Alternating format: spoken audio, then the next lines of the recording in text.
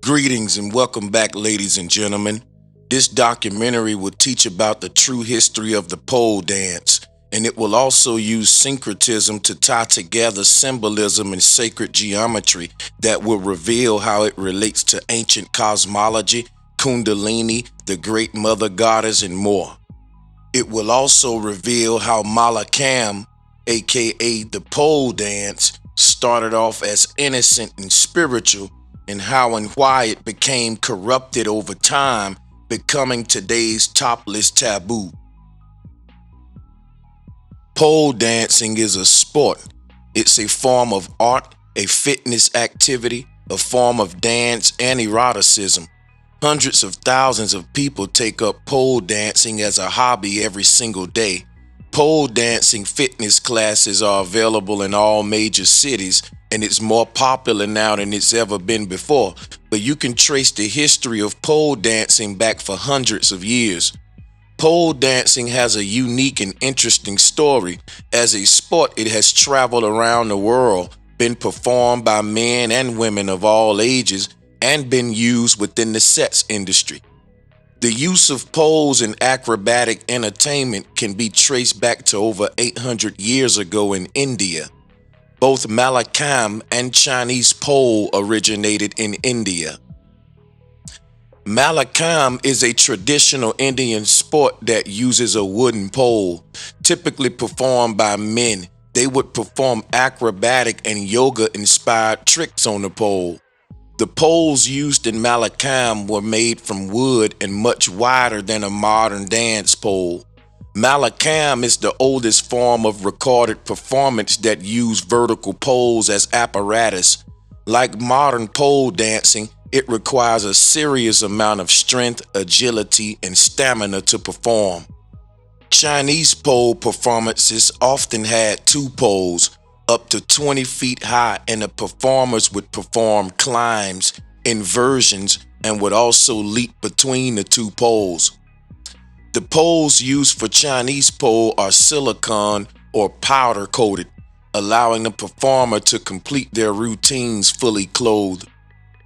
As you can see, both Mallakhamb and Chinese pole use similar techniques to what you do in your own pole fitness training. In the USA, pole dancing became synonymous with traveling sideshows.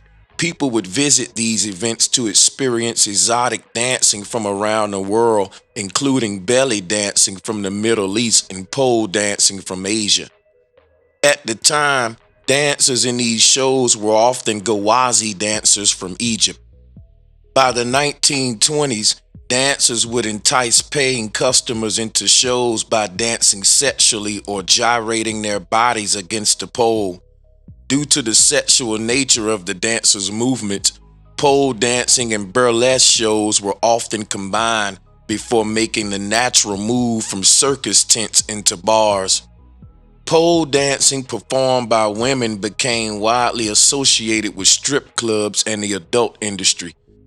Strippers and dancers in strip clubs all over the world use a pole to show off their skills, and tricks performed in strip clubs were often erotic in nature. However, during this time, more athletic and acrobatic tricks were combined into pole dance and striptease routines. Pole dancing became associated with attractive women dancing in their underwear with high-heeled shoes and men putting dollar bills into her bikini bottoms. There was certainly a lot of curiosity around pole dancing as a fitness activity, inspired by the dancers who used more acrobatic tricks in their performance routines. During the 1990s, pole dancing was specifically taught as an art and a form of fitness for the first time. It remained an alternative form of fitness before gaining mainstream popularity. Pole dancing for fitness classes started to gain popularity in America, Europe, and Australia. It continued to be performed in sexualized settings such as strip clubs and bars, but more credibility was given to the athletic ability of performers. From the mid-2000s onwards, pole dancing for fitness began reaching peak popularity. Pole fitness classes are offered in most major cities. These classes are held in gyms and dance studios, as well as continuing to be performed in strip clubs. We read that at a certain point in history, pole dancing was taught as fitness for the first time. But the truth is that Mallakhamb, in its original conception, always embodied the acrobatic and fitness element. In a lot of regions where Mallakhamb is practiced normal in society, obesity is almost non-existent. The populations tend to live longer and age slower. Practitioners of Mallakhamb tend to be more leaner, more flexible, and when it comes to workloads, far more efficient than the average Westerner. In the Western world, bad health habits are promoted as the norm, while habits that could improve our health are often ridiculed. The indigenous people of the Americas would have definitely highlighted the practice of Mallakhamb as a cultural benchmark. Mallakhamb was also common in Southeast Asia and India. It can be seen as an extension of yoga, and it is also a norm in most forms of Hinduism.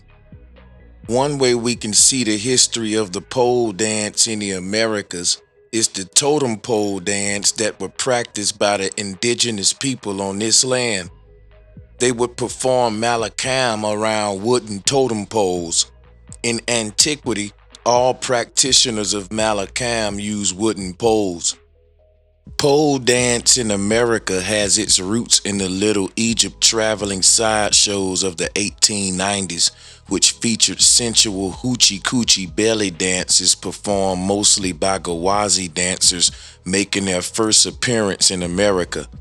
In an era where women dress modestly in corsets, the dancers dressed in short skirts and richly adorned in jewelry caused quite a stir.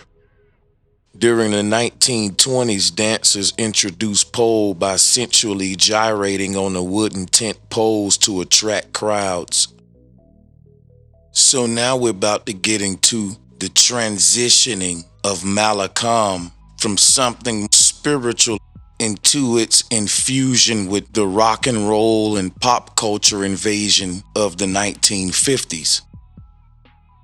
The rock and roll invasion in the 1950s saw the introduction of the pole to a wider audience with Elvis Presley's Jailhouse Rock movie and video in 1957. The video featured Presley's famous gyrating hips as well as numerous pole slides, grinds, and twirls. Eventually, the pole dancing moved from tents to bars and combined with burlesque dance. Since the 1980s, pole dancing has incorporated athletic moves such as climbs, spins, and inversions into striptease routines, first in Canada and then in the United States.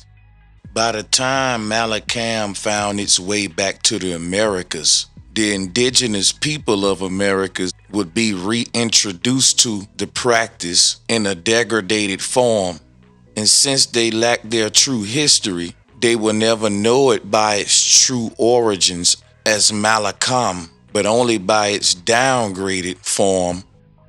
What's left of this ancient practice of Mallakhamb in the Western world can be seen all around us in the form of strip bars and topless clubs and etc.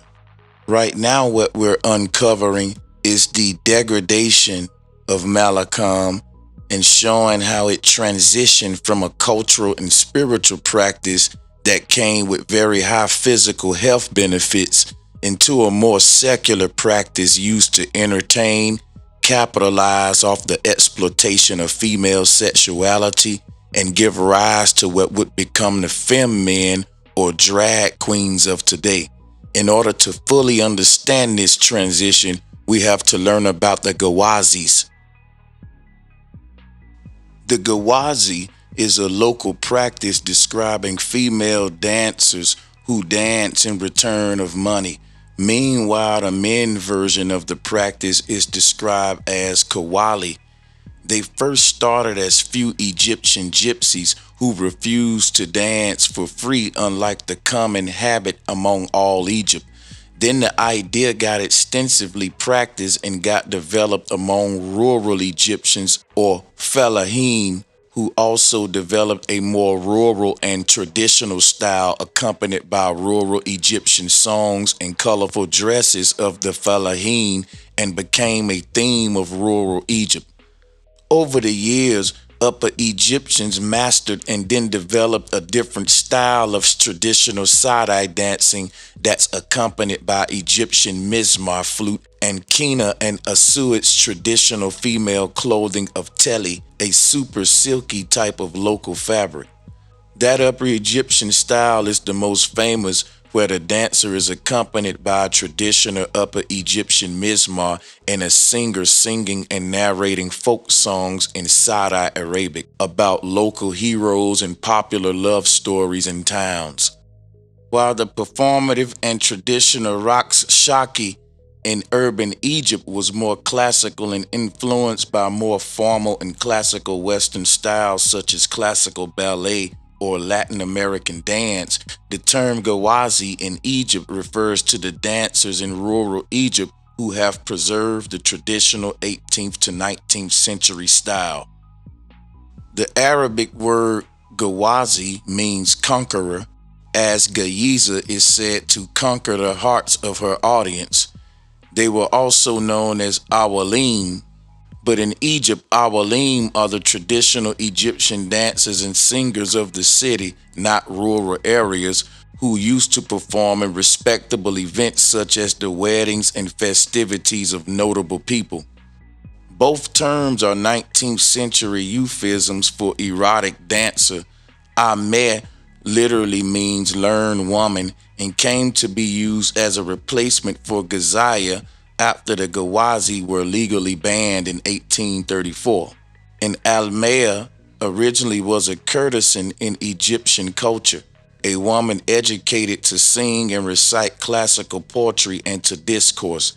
After the Gawazi were banned, they were forced to pretend that they were in fact Awalim. The term Almea was introduced in French Orientalism as Almea and used synonymously with belly dancer. In 1834, the Gawazi were banished from Cairo to Upper Egypt by Muhammad Ali. Initially, the Gawazi were a very small group who got banished because of their low-class dancing. By the time the term didn't refer to them, but mainly became a general term for any dancers, as it included all the traditional and folk dances of rural and Upper Egyptians, mainly featuring mizmars and heavy bass lines and other traditional Egyptian music in the background. Beginning in the first half of the 19th century, descriptions and depictions of Gawazi dancers became famous in European Orientalism, and the style was described as danse de ventre or belly dance from the 1860s. The first Gawazis performed unveiled in the streets.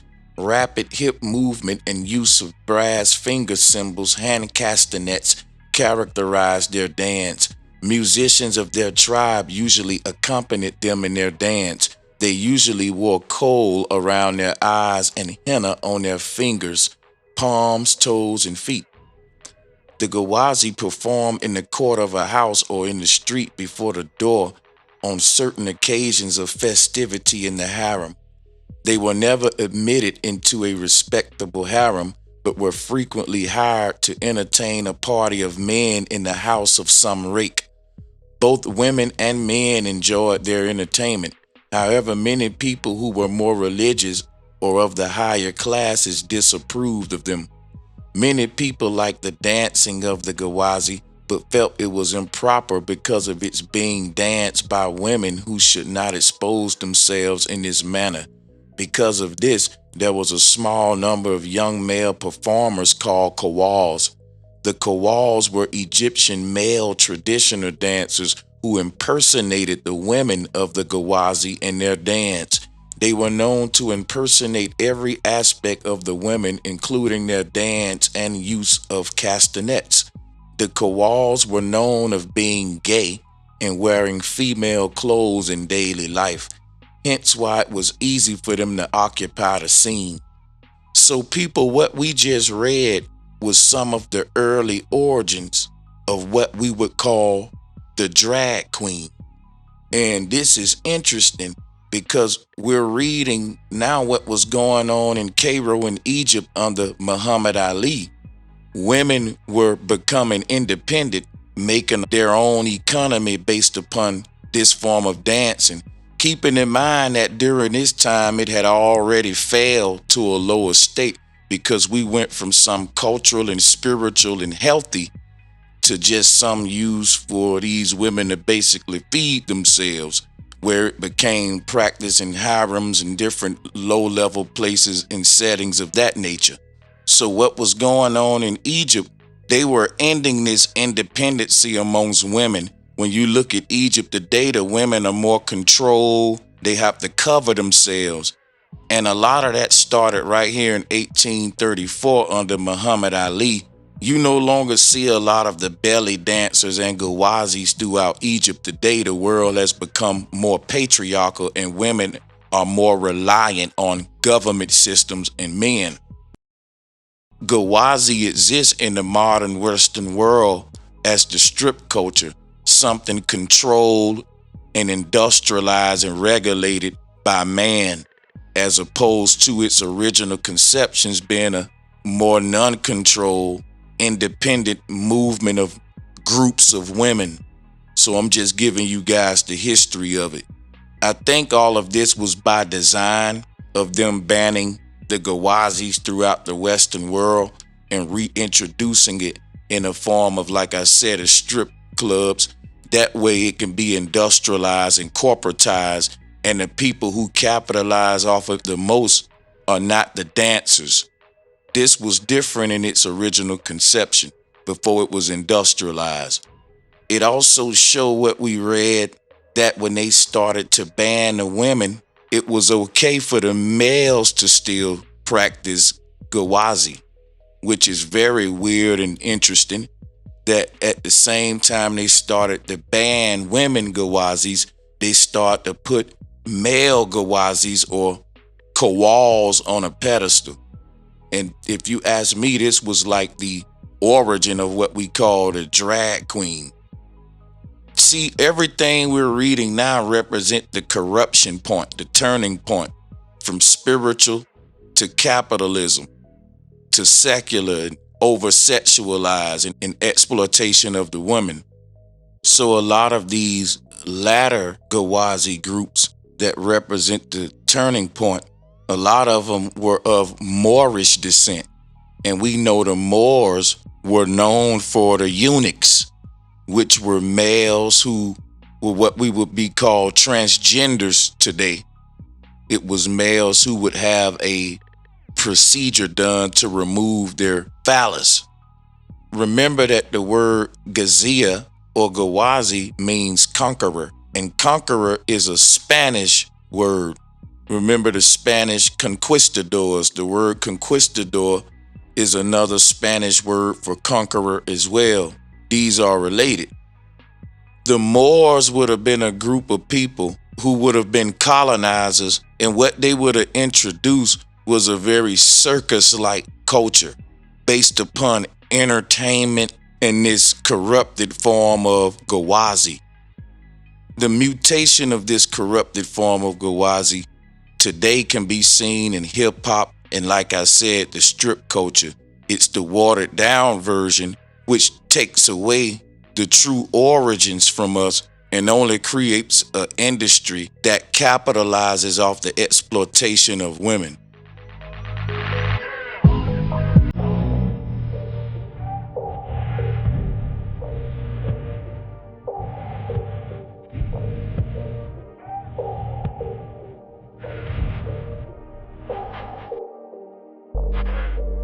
So at this time, we're going to go ahead and use syncretism and go ahead and tie together the symbolism to reveal how all of this relates to ancient cosmology, Kundalini, and the great mother goddess. So the image we're looking at right now is a wooden totem pole which would have been used in the indigenous Americas. And one of the first forms of Mallakhamb, as I mentioned earlier, in this land that was practiced among our indigenous ancestors, they would have been dancing around the wooden totem pole here. Now, this wooden totem pole has two deities, and they're called the serpent and the eagle. And in most of these traditions, these were the two dominant animals, if not the only two on the pole, the serpent and the eagle. And that's very important when we get to talking about the Kundalini. So this represents balance. It's a Mesoamerican indigenous deity that would have been equivalent to the Egyptian Ma'at. And spreading the arms out represents balance. One of the dominant goddesses that personified the serpent was called the Serpent goddess. We're going to talk about her later. The women back in these cultures would have all been experts at Mallakhamb. And the deity that would have been worshipped in relation to that practice would have been various forms of the Great Mother. This is also related to ballerinas. To be a ballerina, you got to have balance. And Ma'at represents balance. The goddess you're looking at now represents balance. This is a form of the serpent goddess. She's in the position of a ballerina. How they're able to stand on their tippy toes and spin around all lies in the positioning that we see here, as well as many other factors and skill. But as you can see, all of these pre-dynastic goddesses were basically personifying balance. This became the first arts on the earth in the form of ballerina and things that we competed to make our bodies balance. And that's how we lead back to this practice of Mallakhamb. Here's a goddess called Amma in the Dogon culture. She's the oldest deity to the Dogon and Pygmy. And what we want to pay attention to is her pose, how she's positioned. She's positioned that way to show balance. You can see these scales on each of her sides to show that she is balanced. Neither of those scales is tilted. So when you compare her to the stripper here, which it takes great balance to be able to do what she's doing, you compare that to this image, to this image, and to this image, which goes back to the totem pole. Balance was the foundation of all ancient spiritual systems. And balance in all aspects of life is what transforms one into a master. Balance physically, balance mentally, balance spiritually, and etc. That's what these deities represented and what they manifested within the pre-dynastic social structure based upon the practices that was embodied in the spiritual system. Let's talk more about it. Now we're looking at tightrope walkers. And in order for you to be a tightrope walker, you definitely got to have tremendous skill and balance. Let's take this girl, for example. What the ancestors was trying to teach in their spiritual system was how to manifest balance in all aspects of life and in all parts of what it means to be a human. And they had spiritual practices and sports that will allow one to achieve that. This takes physical balance, but it also takes mental balance. And you know what? It also takes spiritual balance to get over your fears of heights and all of that. Because some of these people are so skilled, they do this without a net. And if they fall, they die. So that's definitely takes spiritual balance, okay, and physical balance. And listen, mental balance as well. So you're perfecting that trinity of a human and just practicing this one sport of tightroping. You're doing the same thing with ballerina. You're doing the same thing with Mallakhamb. Now let's pay attention to the sacred geometry, because we still want to keep in mind that we're dealing with Ma'at. And if you know anything about the goddess Ma'at, she's an Egyptian goddess that represents balance, and she has her wings spread just like the tightrope balancing bar, which would be equivalent of the wings, which gives one balance. This is what it all represents. Once a bird learns how to balance the flapping of its wings, that's when it learns how to fly and take flight. So let's look at the sacred geometry of the woman with the pole, because we want to tie this into the stripper. The woman on the pole is a very ancient symbol. She's represented by the eagle at the top of the totem pole. What I want you to realize is when you look at this stripper on a pole, this would have been synonymous with the great mother of the North Pole. So in ancient cosmology, you have this flat earth system. And in that flat earth system, you have all of these worlds surrounding other worlds. We're not really here today to talk flat earth. I just want to show you how the symbolism connects to balance, even on a cosmic level. In the middle of the ancient cosmology is a pole, and that pole balances out everything in creation. It balances out all the elements. It renews everything. So the pole in the middle of this cosmology was personified by a great mother, and that great mother danced around the pole. Here is Dogon cosmology. Again, you see the great mother, and there would have been a pole going through her, and she would spin around like a ballerina. And as she spun around, it would stir up the elements and recycle everything on earth. So if you look at this image, in the middle of this would have been a pole, and that would have been a goddess dancing around that pole, and as she danced, she was stirring the ether. This was one personification of cosmology, a woman dancing around a pole. That woman became to be known as the Serpent goddess, and in the Bible, she was a serpent wrapped around a tree. As you can see here, the goddess is represented by the serpent, and the pole, or the North Pole, as you can see here, she's wrapped around it. This became the modern symbol for money.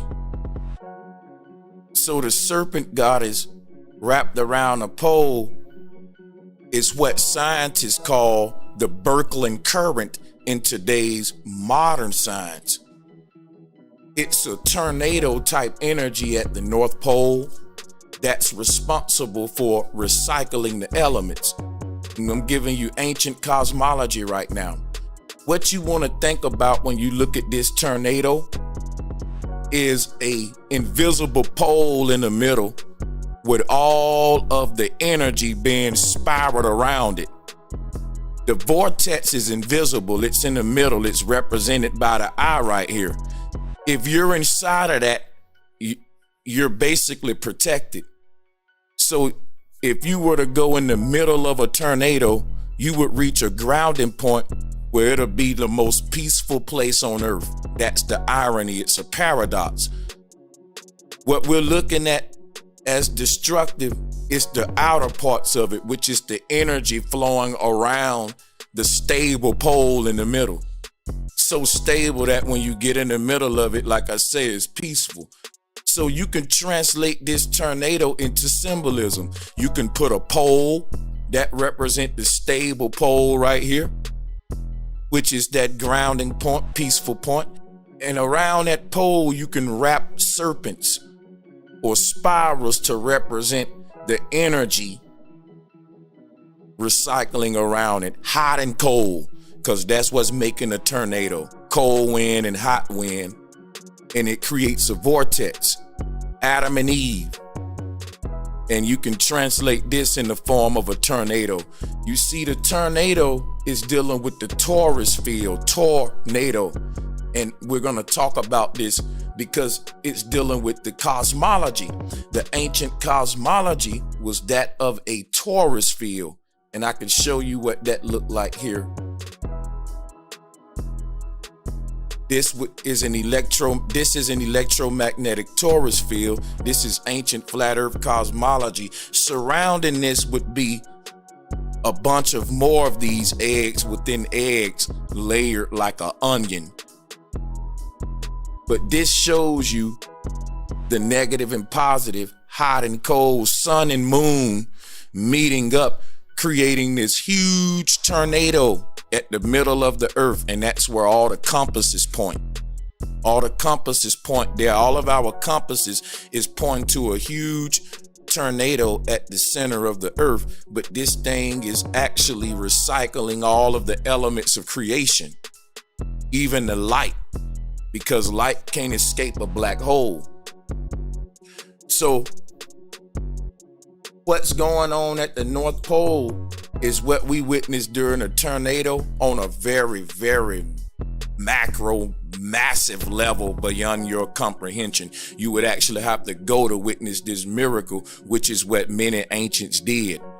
So when you see at the top of the tornado, it starts to spread out, because what's happening here, the tornado is basically a neuron.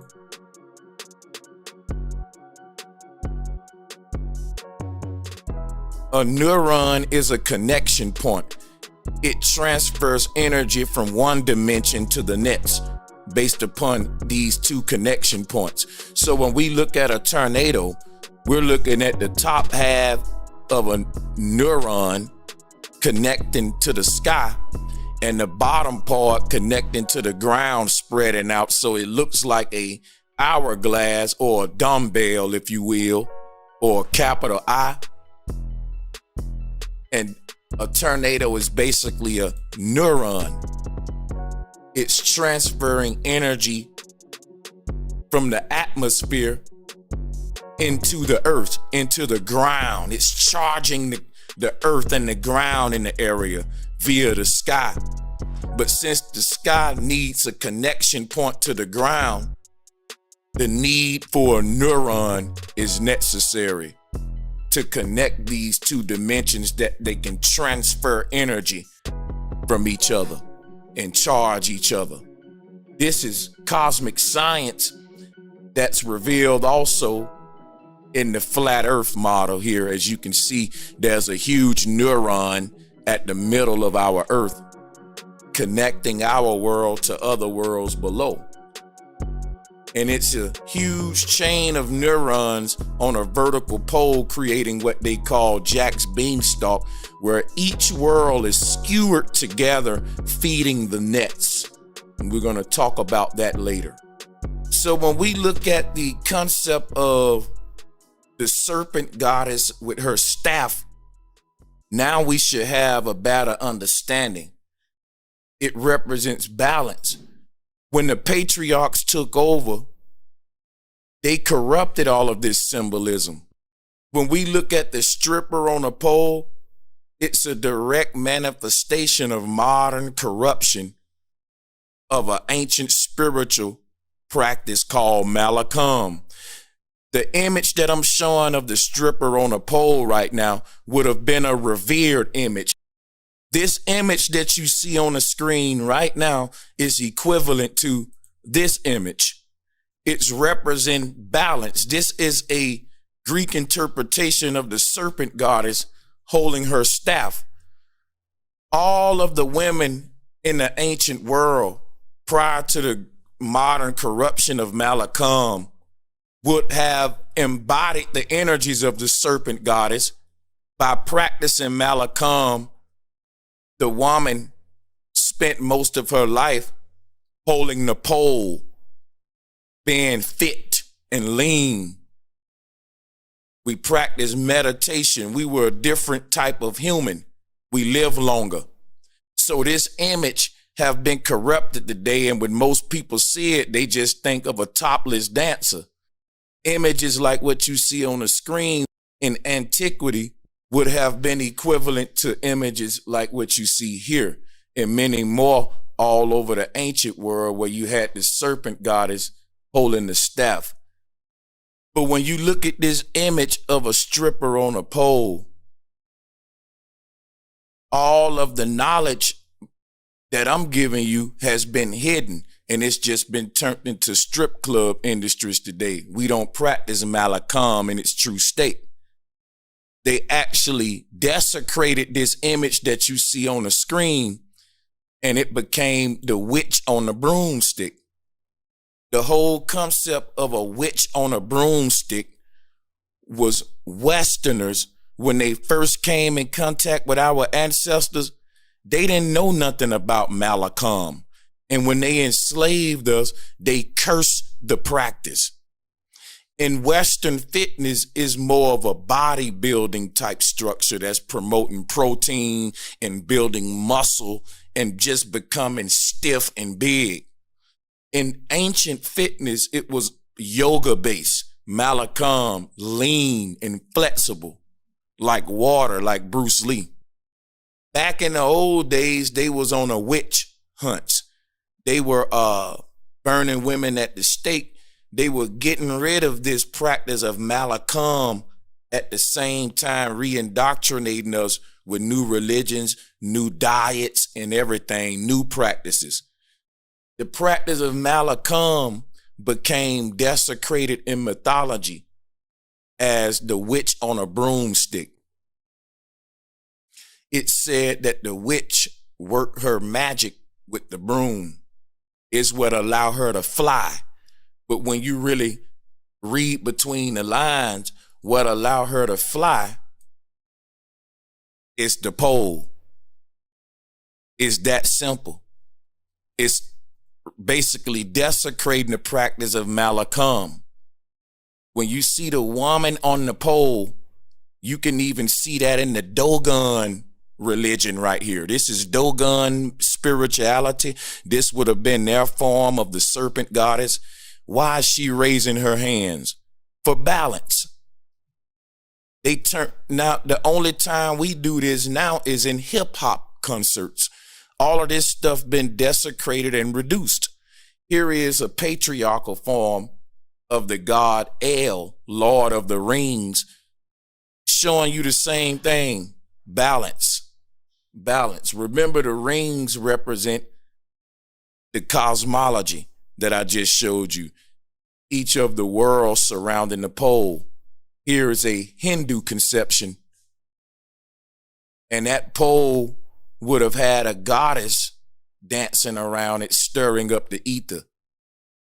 Around that pole, you would have had a goddess and a god dancing around that pole, male and female, sun and moon, giving us night and day, stirring up the ether.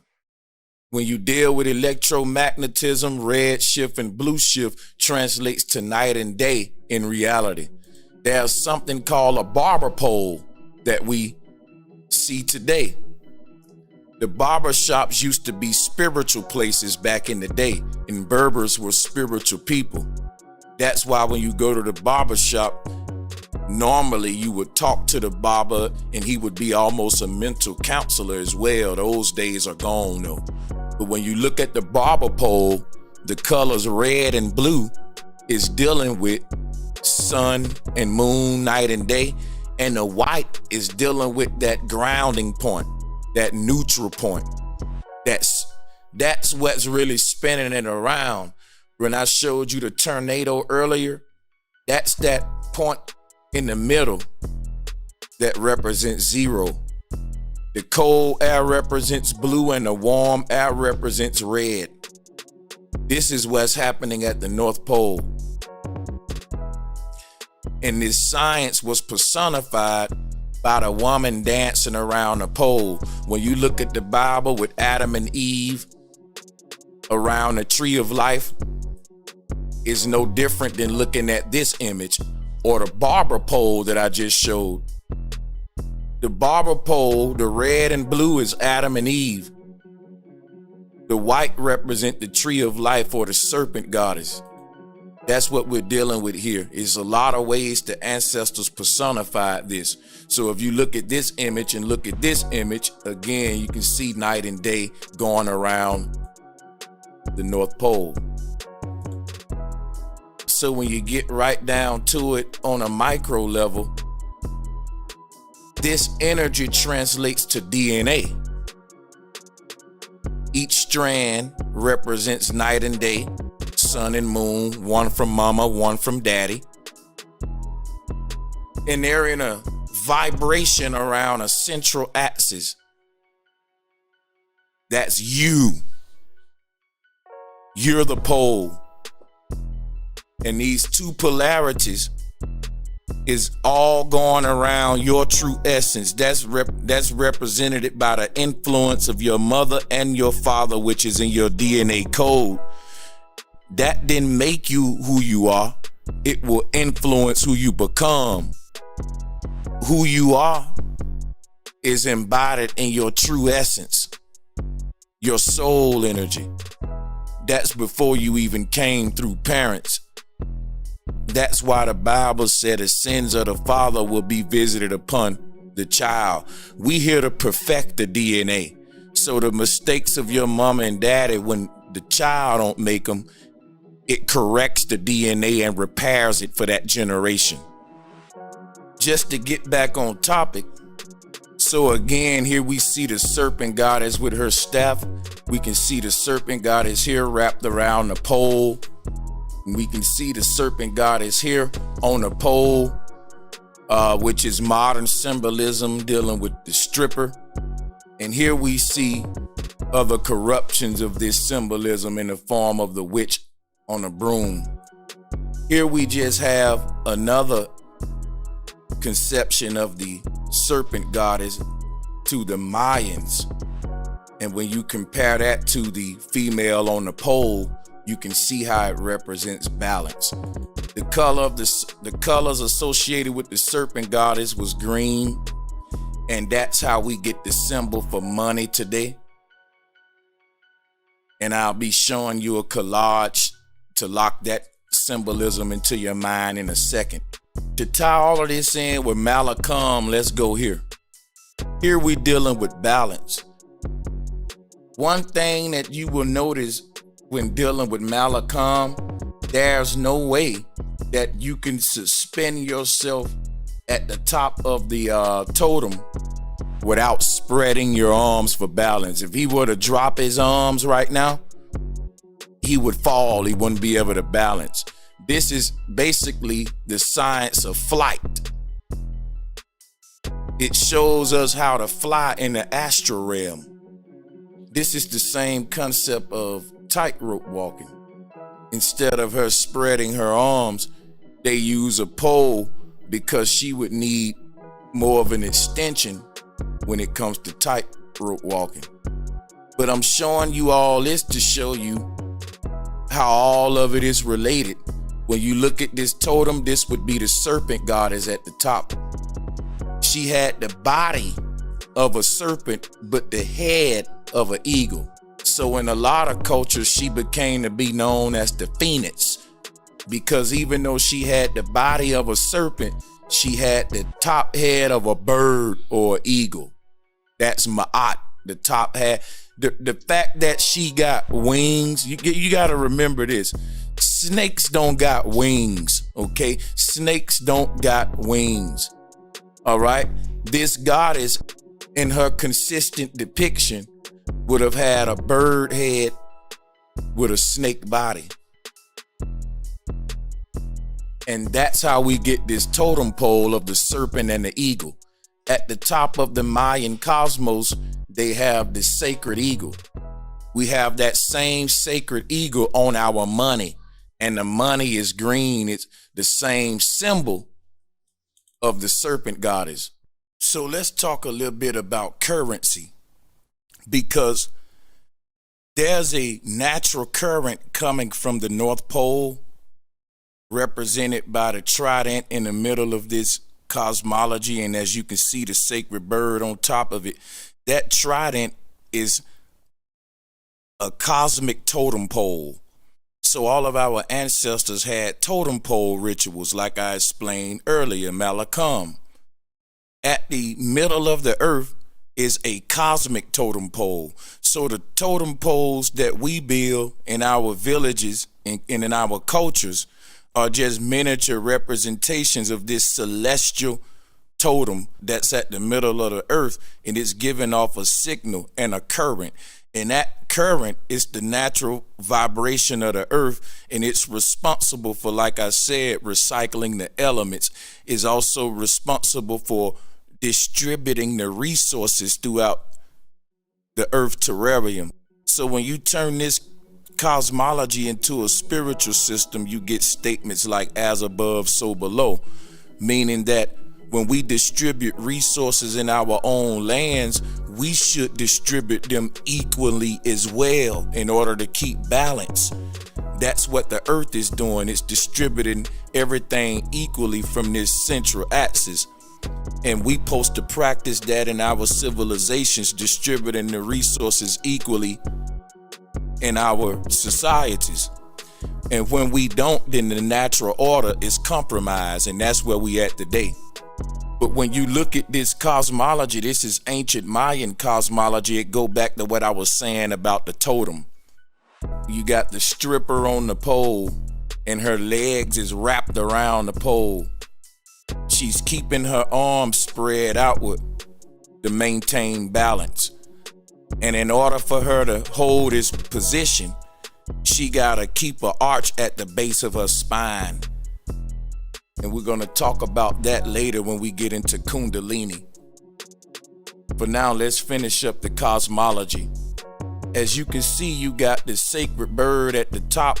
Like I was telling y'all previously, the goddess would have had the head of a bird and the body of a serpent. As you can see, the serpent wrapped around the tree there. So the bird at the top, the serpent around the pole. We're gonna talk more about that here in a minute.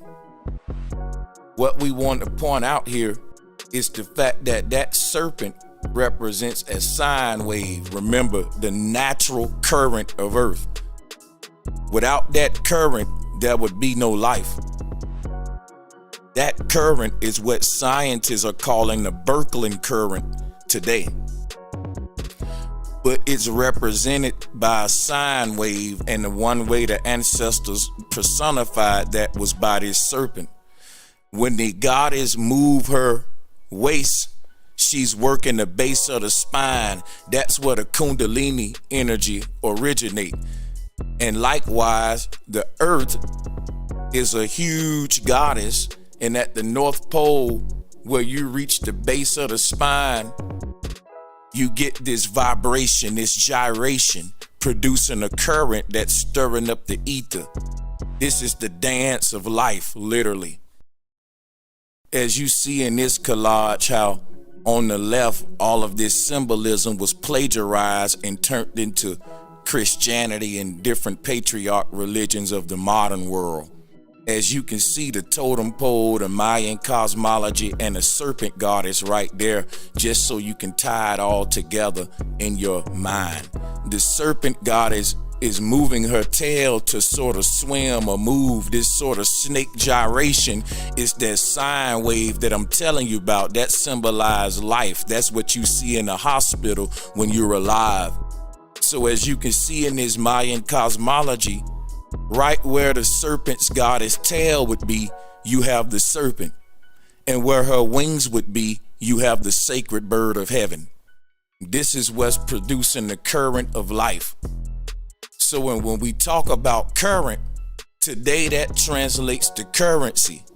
Before money, we didn't rely on currency. We relied simply on this current at the center of the earth.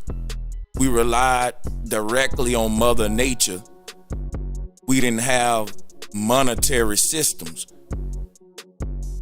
So currency was directly related to this current that sustains all life on earth. before they created a medium in between humans and the resources that we need to sustain ourselves. That medium is money. So on the money, you have this eye of a serpent deity. That's a patriarchal form of this serpent goddess. That would be the devil today. But back in the day before money, it was the diva, the great mother. There was no monetary systems. Just people distributing natural resources evenly, equally, and doing equal trade and equal business. Money corrupted the world.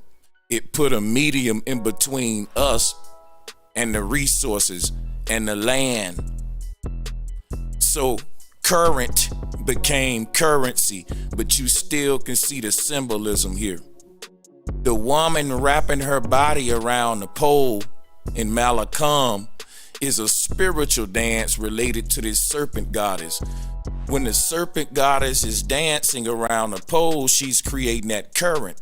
Likewise, when the stripper is dancing around the pole, she's creating currency, money. She's making it rain. When you take that back to the old world, these type of dances, what they call the Indian dances to make it rain, wasn't for money, but it was for, like I said previously, natural resources, crops, herbs. There was no monetary systems. So we seeing how our terminology and spiritual systems became corrupted, and how they still show themselves in our modern society in these corrupted forms.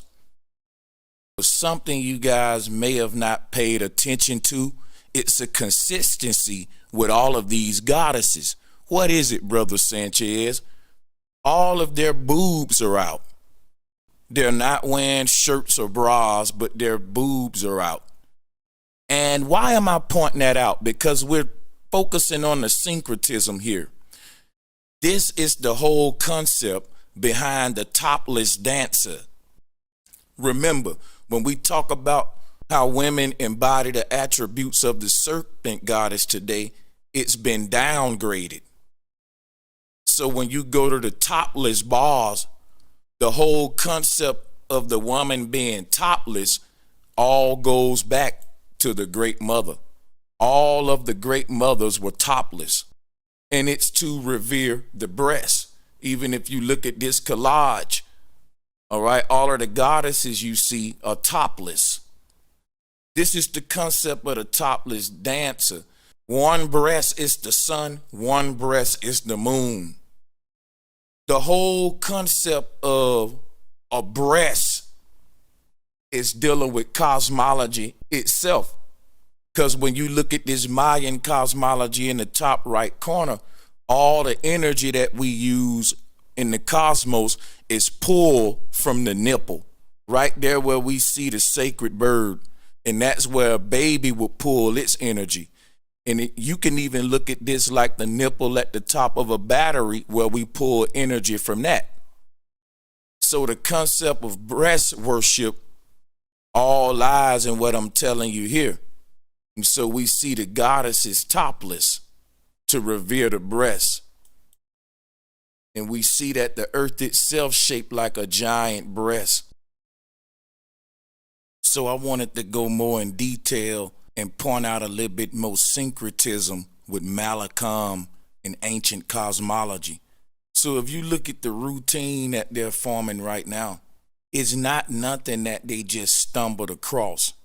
There's ancient wisdom embedded in this art form. The way they're able to even out all the energy ain't random. They're using their bodies to reconstruct the Earth's cosmology, which is stable, as above, so below. And if they can do that, then they can build a stable structure with themselves. And that's how they're able to do this. That's the deeper aspect, the underlying cosmic wisdom that explains the quote-unquote physics behind it. Now let's check out the sacred geometry and compare it to this. Here you can see we have Christ And the reason I'm pointing this out is because nothing is random. When you look at the sacred geometry here, it's dealing with flat earth cosmology with the dome and the great vault with the eagle at the top. So remember the Mayan cosmology that I showed you with the serpent wrapped around the pole and the eagle at the top of the dome. Christ represents that eagle. A way they showed that in modern Christianity was with a white dove instead of an eagle or a sacred bird, because it ain't necessarily an eagle. The Mayan call it a sacred bird. And that bird can be your nation's bird. Every nation got their own sacred bird, every state. It changes throughout the times. But I'm just showing you the cosmology here. And you can compare that to this right here. And you can see we dealing with the same thing. Let's check out some more. Everybody know this famous image. But the strength that it shows in unity, all of these guys holding the flag up, it has a cosmic connection, as you can see here. This is ancient cosmology once again. And in this, it goes back to what I was saying. All of the lower worlds being support systems for the upper worlds, and the energy getting lighter and lighter as we go upward, just like we see on Earth. The higher up we go, the elements become less dense, and the further down we go, the more dense they become and more spread out they become. Here's another interpretation of it. And here are ways we can see this same symbolism in Mallakhamb. So here's another concept of these worlds stacked upon each other. And just to show the science behind that, here are ring magnets stacked upon each other. And the reason I'm showing that is because this ties into the whole earth cosmology of the ancients. Is dealing with electromagnetism, and later I'm going to show you how these ring magnets each correspond to a different color chakra up the spinal cord. So you can look at each of these colorful rings as different colors of light vibrational energy wrapping around your spinal cord, which is the pole, the black pole. So the black pole is the spinal cord, and the different rings are the chakras. Each chakra creates a different version of you in a different ether. And we're going to also get into the multiverse in relationship with the human chakra layers. So the truth about the story of Jesus leaving the earth is really telling the story of astral travel. It's the ability to go out of the body and into other ethereal bodies. Jesus, with his hands on the cross, dying, that death isn't literal. It's talking about a meditative death. A guru in a temple that leaves their body to travel the astral realm and other bodies and other realities. That is a form of death. It's all about being out of the body. So death is not a stranger to the one who meditates, because they always go out of their body. So Christ leaving the earth and coming back, and them calling it the death and rebirth, is what the meditating guru do every time they astral travel. And so Jesus' arms is spread because we're dealing with flight. Jesus left the earth. But this is a corrupted form coming from a people who tried to hide the secrets of astral travel and out of body. So Jesus was on a wooden pole, a totem pole. Remember that. The Christian cross is shaped just like the ancient totem pole. It's a wooden pole. When you see Jesus on that wooden pole, you got to think about Mallakhamb. The Europeans corrupted this spiritual system. This would be Jesus on a wooden pole with his arms out. I can show you other forms here. This is called the Sky Woman to the indigenous people of Mesoamerica. And as you can see, this would be like their version of the sky goddess Nut over the North Pole. And you can see the pole is at the base of the spine. You got to aim that pole at the base of the spine. We learn that in meditation that the Kundalini energy originates from the base of the spine. And once it starts flowing up the spine, it flows up the spine like dual serpents, making a number 8 or DNA type strand. And these negative and positive energies are now balanced out. And when we're not meditating, the energies are not balanced, and we can't achieve this out of body state. So when the gurus go into deep meditation, they balancing them energies at the base of the spine. As those energies ascend, it allow them to take flight out of the body into the ethereal realm. That's why when you get to the top of the pole, the wings are spread. But in order for him to suspend himself, he gotta be connected to that wood pole via the base of the spine, where you see it making contact with his body. That's the grounding point, the silver lining, the anchoring point to keep us grounded to earth in this body. Once he fall off of that, he fall back to the ground, to earth. That'll be like you flying right in the astral realm. You traveling the ethers, you're lucid, and you're exploring the universe in these alternate realities, right? And then you break your consciousness and you lose flight. You fall back here to earth. Consciousness fall back into your body that was meditating in your bedroom or either in the temple. That's what happens when the connection point at the base of his spine that's connected to that pole is compromised, and he falls back to the earth. So that's the reason she was called a Sky Woman. She's traveling the astral realm. She's showing the secrets of us taking flight into the astral realm. So the concept of the man or the bird hovering over the wooden pole was corrupted in ancient Egypt. And we get this image. I chose this image because it took the penis off of it. I don't want to get my channel flag for no reason at all, so I used a more friendly image here. But we know in the original art, you would have Osiris's penis sticking up, and a bird would be landing on top of that penis. This is a corrupted form of the man on top of the wooden pole. See, this is why we say today when males get aroused, in certain regions they say he got a wood, and they call it morning wood. But the reason they refer to the male penis as a wood is when all of this spiritual knowledge became corrupted by the Greeks and the Egyptians and turned into phallus worship. So there go your bird on the wood or your man on the wood. And here is another form of it in the Mayan cosmos.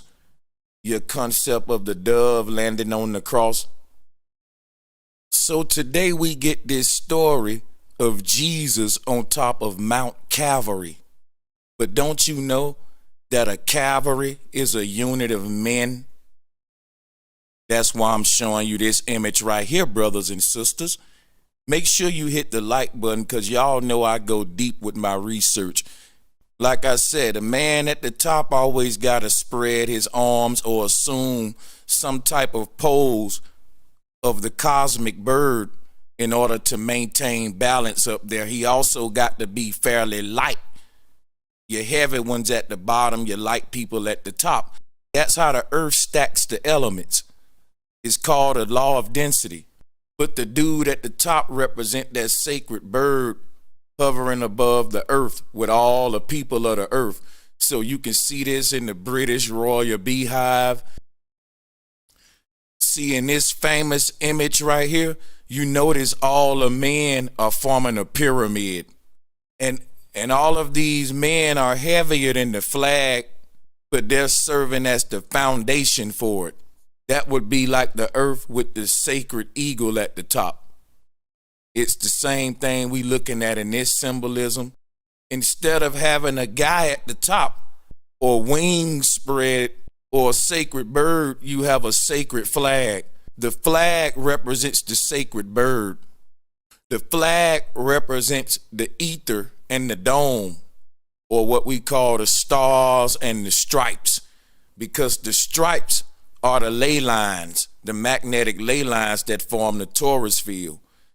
And the stars, of course, self-explanatory. But when you look at Mallakhamb, the plagiarized form of it in the Western world can be seen in images like what I'm showing now, or images like this. Because the reason Jesus was on Mount Calvary, a cavalry is a group of men. And that was the Christians' way of plagiarizing these different Mallakhamb routines in artwork. So when we talk about Kundalini, this type of artwork ties into that as well with the syncretism.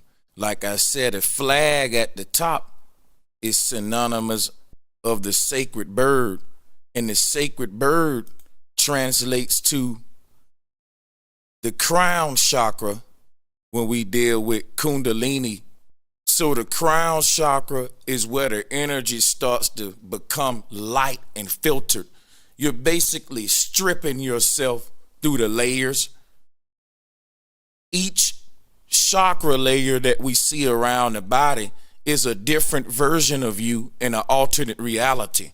And as your consciousness alternate through these different versions, it's stripping through the layers. It's ripping through the layers, one to the next. And the reason I'm using the word strip is because that's what this documentary all started with.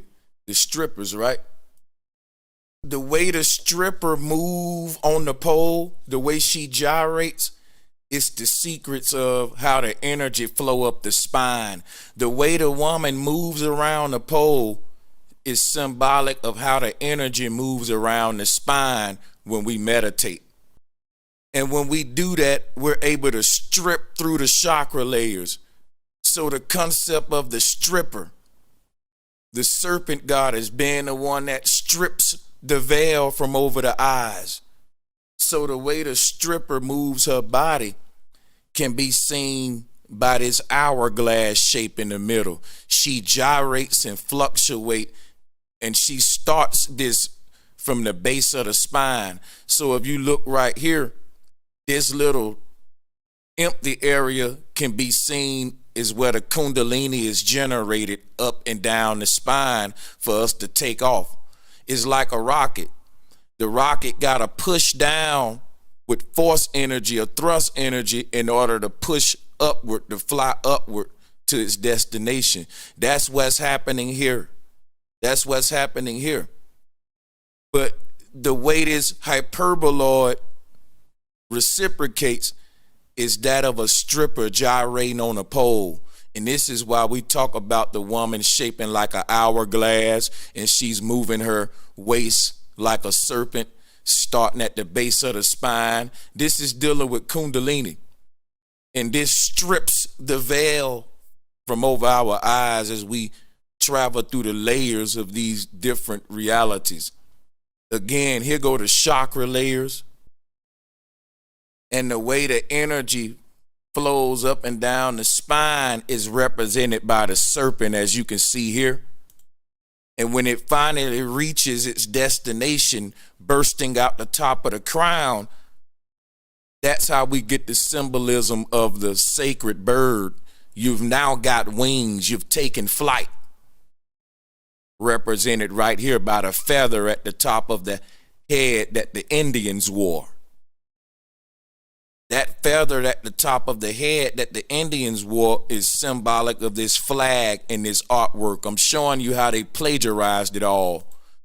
Your body shapes like a triangle with the flag at the top. Now, if you look at this artwork, you get the same thing. Each of these men are really the same man. They tell this same story with Vishnu. It's the alternate versions of yourself split up on each ether. The stripes represent right here different versions of yourself on different realms. That's what the stripes represent, the chakra layers. And the stars is represented by the chakras themselves. So your stars and stripes are your chakras and chakra layers. And what it will look like is this right here, all of the layers. And that would be that feather at the top, turning, giving you flight.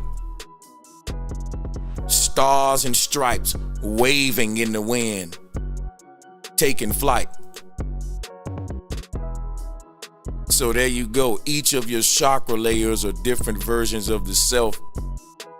When I see routines like this, I start to think about balance, and I start to think about structure. I start to think about density. They will have to form this by making sure the man that can hold on the strongest is at the top. If they got the weak man at the top, his arms gonna give out, and it's gonna be a domino effect when he fall. They got the man with the weakest arms at the bottom. They got an order going. That's the way the earth stacked the elements, like I was saying earlier. So when I look at these kind of routines, I think about how our chakra layers are stacked with the heaviest energies at the bottom in the underworlds. So I can't help but think of the ring magnets when I see this. So it's said that the balancing of these polarizing energies at the base of the spine will allow one to split themselves from the base reality, allowing them access into the multiverse, being able to take flight in astral travel. And the reason I got the electricity wise there is because we're dealing with the consciousness, which is electric energy spiraling up and down the pole, which was represented by the Great Mother or the Dogon Kanunga. It's showing you that neuron concept that I brought up earlier, how both of these energies come together in you. The energy from the underworld is ascending upward, and it's calling around your spinal cord. This would be the lower self. And the energy of the higher self is descending downward, and they're calling around the spinal cord. And this is what they call the angel and the demon influencing your reality. When you're able to balance these two and get them in unison, that's how you're able to split and go into this astral state.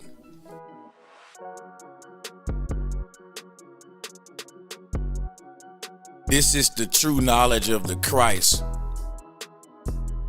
because Christ was simply an astral traveler.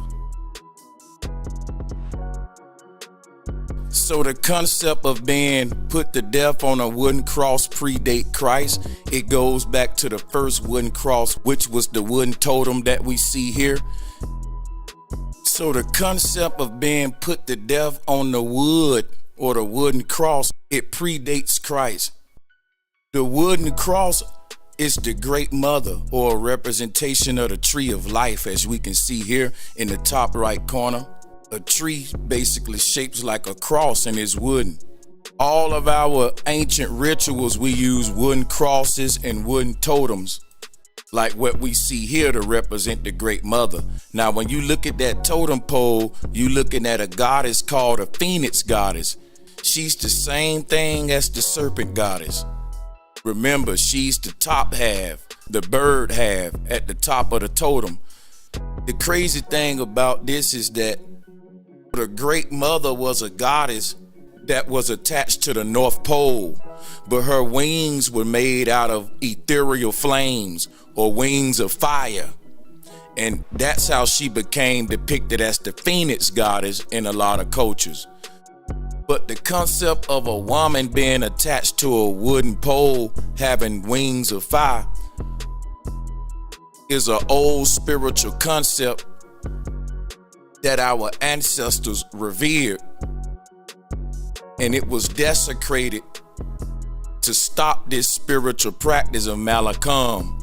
When they attach a woman to the pole and set her on fire to burn her at the stake, it's their way of desecrating this phoenix goddess.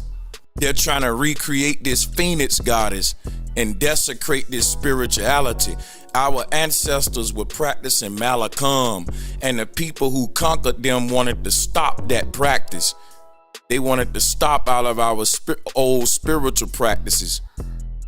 So to teach women a lesson, to teach people a lesson, they burnt you to the very pole that you revered. If they caught us making the wooden totem poles and practicing Mallakhamb, they would burn you at the stake. And the stake is nothing but the very pole that you were performing on. Our ancestors had these wooden poles everywhere, and they were practicing this. But when they were colonized, this is how they deleted this spiritual practice from our ancient societies. This how they taught everybody a lesson and forbid them and made them cursed and desecrated. So here's a concept that I'm showing you here of the serpent goddess wrapped around the pole.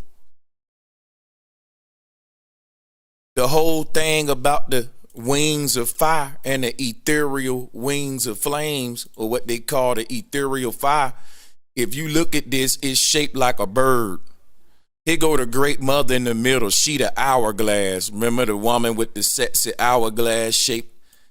Here she is in Jainism cosmology. You can see all of the different worlds layered on each other, each a different color of the rainbow, and you can see the great mother shaping like an hourglass. And here's another representation of that. She had wings, and her wings were made of flames when they flapped.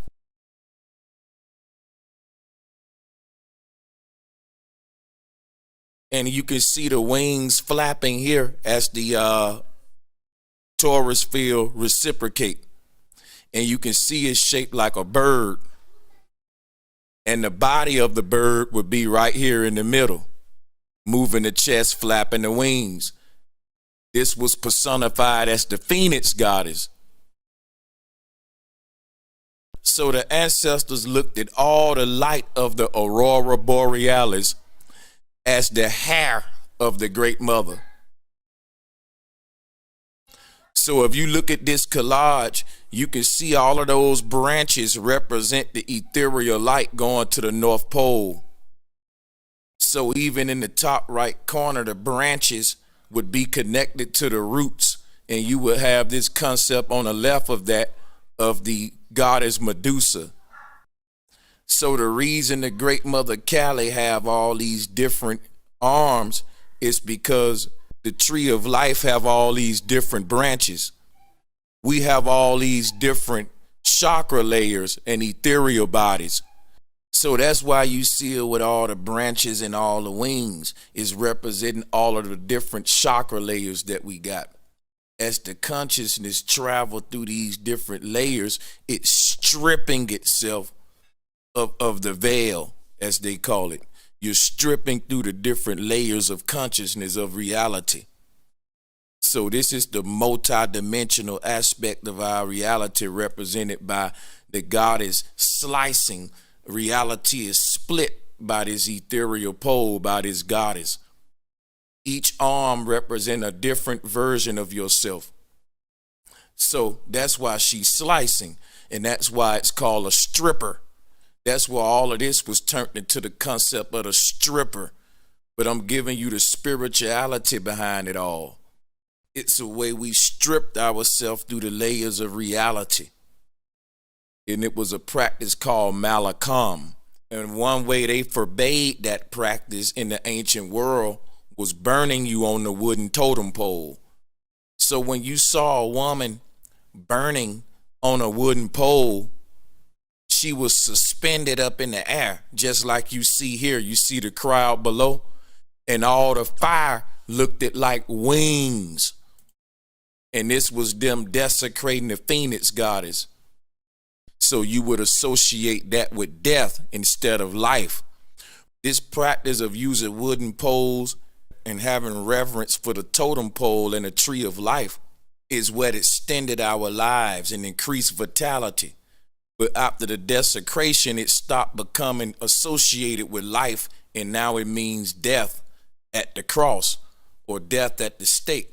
That's the whole paradox of why it mean life and death. At first it meant tree of life, but after Christ it meant the tree of death. The wooden cross was associated with death.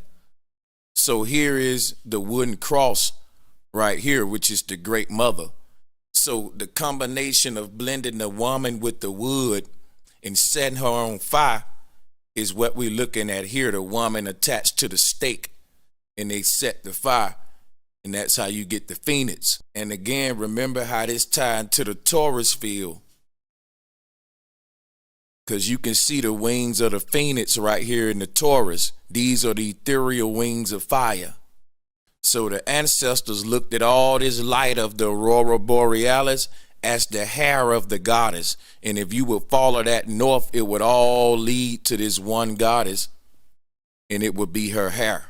This would be the light of the aurora borealis being sucked into the North Pole. You can see it right here, the same concept. So this is the oldest symbol in West Africa. It's called an adinkra, and it represents the great serpent goddess, the flat earth cosmology that she represents right here. As you can see, they always make the wood is very symbolic, using wood, dealing with the trees, the tree of life, the wood, right? Like Hollywood, dealing with the great mother, the wooden cross. So this is why they make this symbol in wood in West Africa. And as you look at the sacred geometry, we go back to this collage, you can see it's all the same.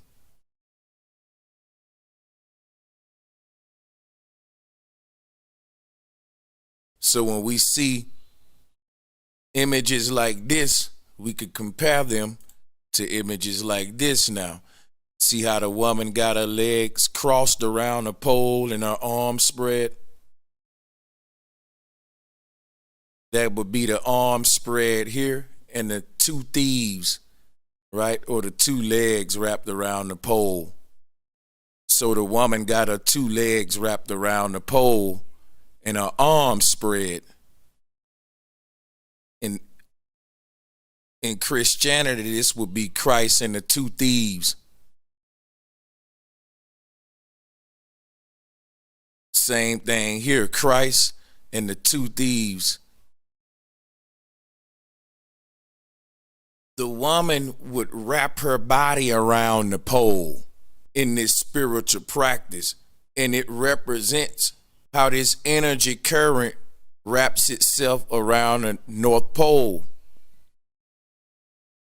This ancient Mayan mother goddess, I showed you in this collage, you can see the goddess with all the different tree branches for her arms, and then you got the goddess Kali with all the different arms down there.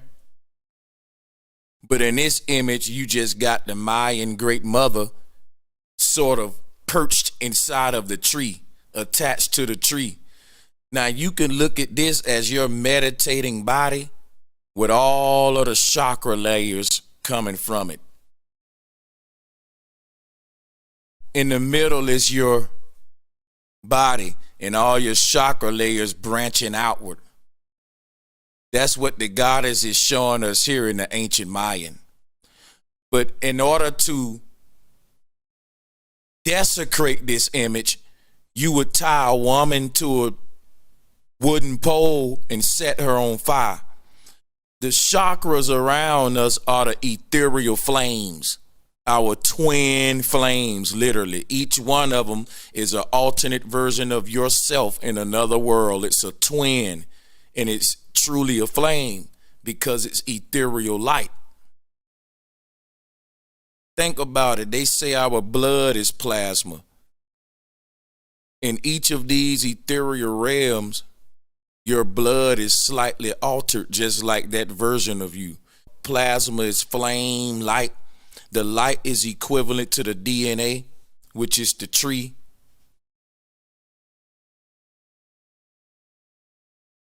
So the branches is the flames. That's why I kept showing you the phoenix goddess. In the other cultures, they'll give you, instead of a tree, they make it flames. And the flames represent the chakra layers, where in some cultures the branches represent the different layers. Just like in government, the branches represent the different layers of government. And this is an image of, I think, the Supreme Court, where you can see the whole flat earth concept there too. And that's just a sidebar. The woman on the wooden pole with fire coming from it is dealing with the North Pole and the Great Mother immersed in the ether. But the desecration of that is, like I said, burning the woman on the stake. So if the serpent represents the serpent goddess wrapped around the pole, the concept of burning a woman at the stake, wrapping her around the sacred wooden totem, and the ropes wrapped around her, it's the whole concept of the energy wrapping around the pole. But as she burning, the fire is representative of the phoenix bird. So this was a sick ritual. When they burnt witches at the stake, they was desecrating ancient spirituality. This pole represents the stake. And the serpent wrapped around the pole is the woman.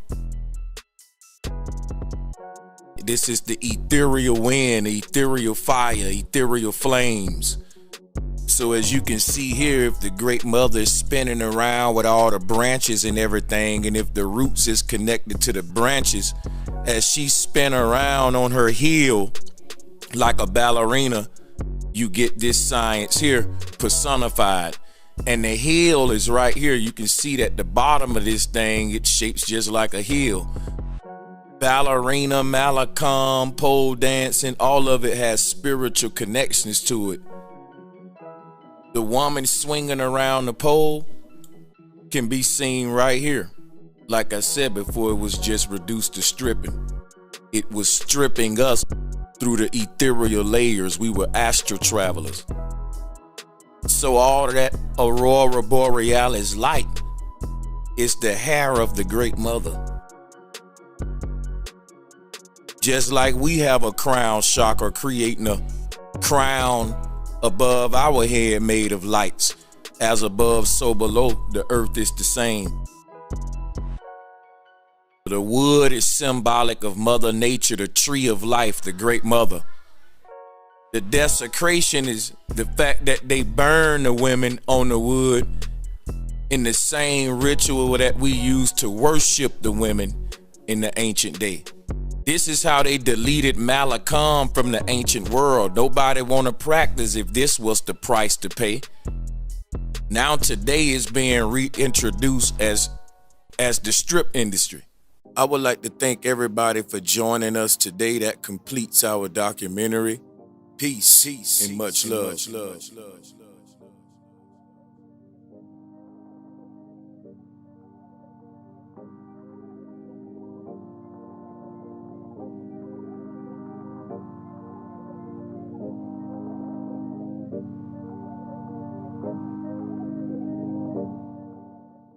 We would like to thank all of our Patreons for their continued support. It means so much to us. To become a Patreon, log on to www.patreon.com/Brother Sanchez.